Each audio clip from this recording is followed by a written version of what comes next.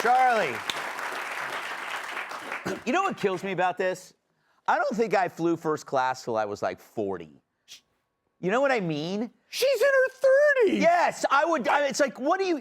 This is the most made-up story ever, and I'm only doing it to point out how, what's the word? Anachronistic. Yeah, everybody has moved on. I think you also do it because you want to prove that it's impossible for Gutfeld to run out of fat jokes. Yes, that's true. There's like a limitless supply of them. Nick DiPaolo worked really hard on that monologue. Harriet, I'm too big to fit in the tub. Man, that was grade A good sushi right stuff. there. So no, without a doubt, no, everybody has moved on. But I also kind of wonder if she's not lying about a lot of this.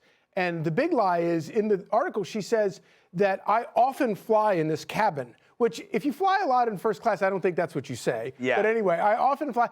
I think she's never flown in first class. I think it was her first time, and she was intimidated. And she walked in there and then was freaked out by it because this was what she, and again, as you point out, you're in your 30s.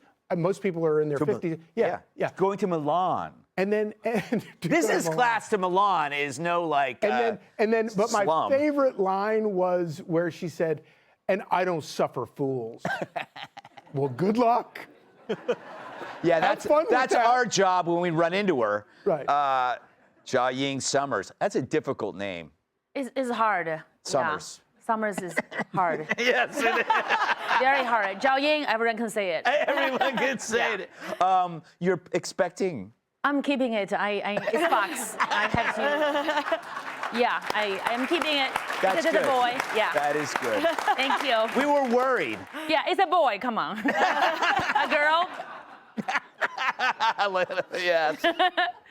It's so true. That's the way we do things around here. So if you were in first class, you do fly first class, I would assume? Yes, sometimes when I don't feel very Chinese, I do. I'm honest. She's not Rosa Parks. She's Rosa attention seeking. That's what she wants for attention.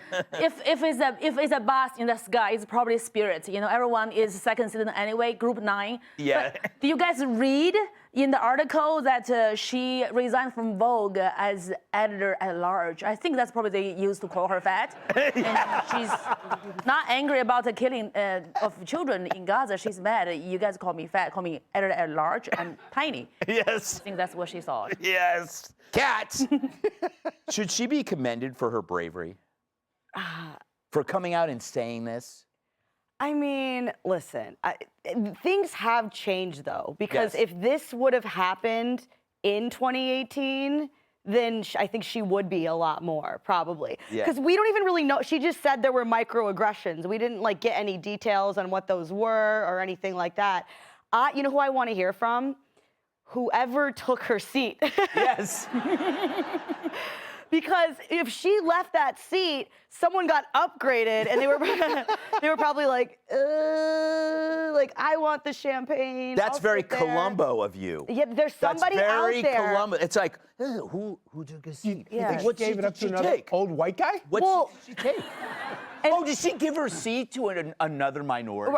Who took this? I mean, there are a lot of old white guys in first class. I fly first class a lot. There are old white guys there, but then they're always like, "Hey, Kat." That is your fan base. Yeah, I'm not going to disparage old white men. They gave me a career.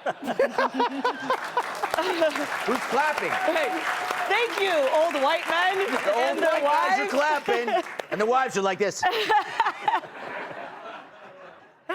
She's not that cute. Like, she looks like a horse when she laughs. I only said that once. By the way, she did say that what killed me, Sean, is that she used the word microaggression, which it's almost like a 2015 word.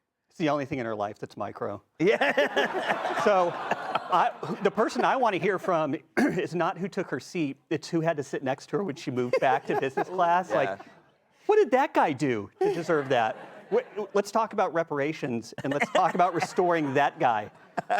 There needs to be reparations for obnoxiousness, but also, if you're flying international on business, it's not a big difference. I mean, there's probably nobody sitting next to her in business either. Yeah, I wouldn't know. I'm just a poor common journo flying in coach everywhere. You fly coach? Always. That's good for you. That's because I'm poor. Bad for you. Do you fly first class a lot? No, I use mileage when I can fly first class. I'm very Chinese. Yes. Yeah. Chinese don't like first class? Well, we like it when it's free. Yes. But who doesn't? If I can fly, I don't care. I'll sit alone in first class with hungry children in the back. I wouldn't care. You know what? I prefer to fly first class with hungry children in the back. That makes me feel good. What's your problem? At least I'm honest. All right, up next, the Minnesota mess. Hey, Sean Hannity here. Hey, click here to subscribe to Fox News YouTube page and catch our hottest interviews and most compelling analysis. You will not get it anywhere else.